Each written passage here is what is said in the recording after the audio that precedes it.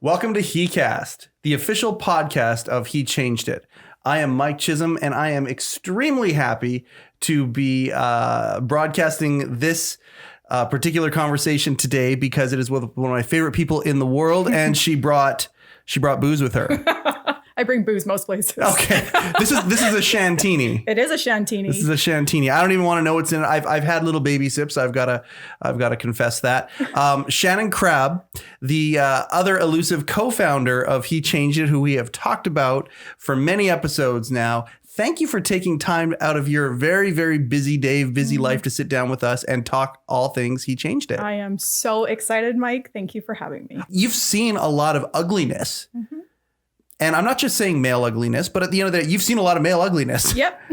and gone through a lot of these things. And yet you still have this unbelievable commitment to wanting to build He Changed It and kind of blueprint some of the things that you've gone through, men in your life have gone through, these sorts of things, seemingly forgiving a lot of ugliness that you've seen.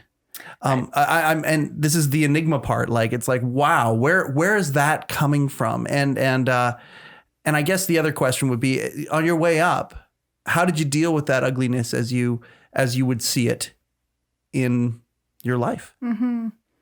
I think, a couple of points in there, right? I mean, first and foremost, there is a journal entry that I have gone back and read, kind of in the darkest times. And literally, I wrote, I want to come out the other side of this, but I don't want to come out hard. And there's so many individuals and my heart breaks for them. And I understand why they're hard. Life's been brutal, right? But for me personally, that's not what it's about. And so I wanted to come out, and I wanted to come out as soft and as gooey as I went coming in, but maybe with a little bit more boundary work that I needed to do and some other stuff I needed to learn, right? My stuff, not their stuff, my stuff. And so that was kind of key. The ugliness kind of aspect, again, I think I've always, rooted for the underdog. Whether that's children, whether that's women, or in my case with that's men. And a spotlight for that just truly came when I owned my yoga studio. And you start to get to know people's why and what brings them in. And so many of their stories were so similar to my stories, and nobody was seeking help. All the same kind of shared reasons, and then some, because of men, right? Being men and all of that means to seek help. And I'm kind of your girl. Like, if there's a problem to solve, let's stop talking about the problem. Let's go figure out how to solve this. Right. Absolutely. I've heard many conversations, you and my wife talking, you and I talking, you talking with some of the other people who have consulted or been a part of the He Changed It journey so far. And I've heard you say these words. I'm going to misquote it, but maybe you can kind of pick up the quote, that somebody needs to be there to save our men. Yeah. And men don't need saving by any stretch of the imagination. I just feel, when the Me Too movement started, this will just cause outrage, but, and I am grateful for that, because let me just caveat that by saying, you can identify with it. I have been on the receiving end of some very, non-enjoyable experiences that women shouldn't have to. However, saying that, I don't believe in order to be equal, we need to step on and step over. And so I remember having a post shared with me kind of at the height of the movement, again, which I'm grateful that has raised so much awareness to, of a woman kind of stepping on a man in order to get to that corner office. And like equality, like I just don't understand why it has to be one or another. Yeah, we're paid a little bit less. And yes, all of those things. And yes, there's many years of that, and we need to catch up extremely quickly. Right. But do we need to get ahead in order for a period of time for the pendulum to come back? I don't think we do. It's about understanding. It's about understanding, commonality, that sort of thing. 1,000%.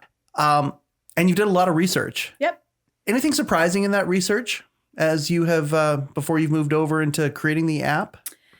I would think the biggest surprise moment for me through the research, honestly, is when we were spending some time kind of at the World Health Organization level and talking about kind of how women are inferior or perceived to be in so many areas in life. I was very shocked to read the quote, and I'll paraphrase, but I think it's somewhat accurate, that for the most part, men are absent at the World Health Organization level from a health perspective. And so... In what way? Because men typically don't seek preventative care, there's a lot of trillions, right, of dollars being spent on reactive. And so what seems to be, I got a little pain right here, whatever. Sure. Then escalates over months, it escalates over years. And now all of a sudden we're in an emergency state in terms of trying to, keep your life, so to speak, right, as opposed to something preventative. In all honesty, what excited me the most was potentially saving lives. Absolutely. The fact that 3 of 4 suicides are men. Yeah. I mean, I would like no suicides, clearly. Absolutely. I would not like that, to equal none of that. No. Clearly, we have a problem. I would like to save a life or thousands, if not millions. What are some of the things that you see He Changed It doing? What are some of the things that you're really excited about for the future? What are some of the problems that you just want to get into, roll your sleeves up and getting into solving? So yes, I mean, on a broader level, I am extremely excited to be able to bring to bear a platform exclusively for men. We are in pre-beta right now, as you know. We are on track to be in beta, i.e. the App Store, by November. That excites me. Again, not only from a timing perspective, but we know there's awareness that increases in the November timeframe. We talked about November and the great things that they're doing there. Yes. And so we can capitalize on that. And as much as I hate the word capitalize when we talk about mental health, I think you got to capture an audience when they're ready, right? Right. And when they're looking. When they're looking. Yes. Well said. And so that's exciting for me, just to be able to facilitate the conversation. I personally am extremely passionate about being able to provide the anonymous feature that doesn't exist in our pre-beta app right now. My team knows that I'm chomping at the bit for that. And What's so important to you about the anonymity feature?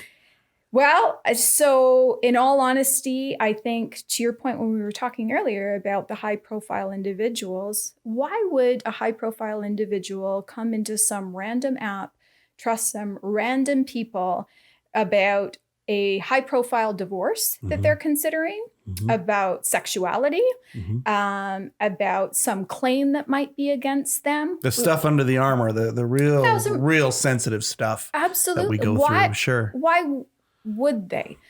That one for me is red hot, and right now, I would love to see it.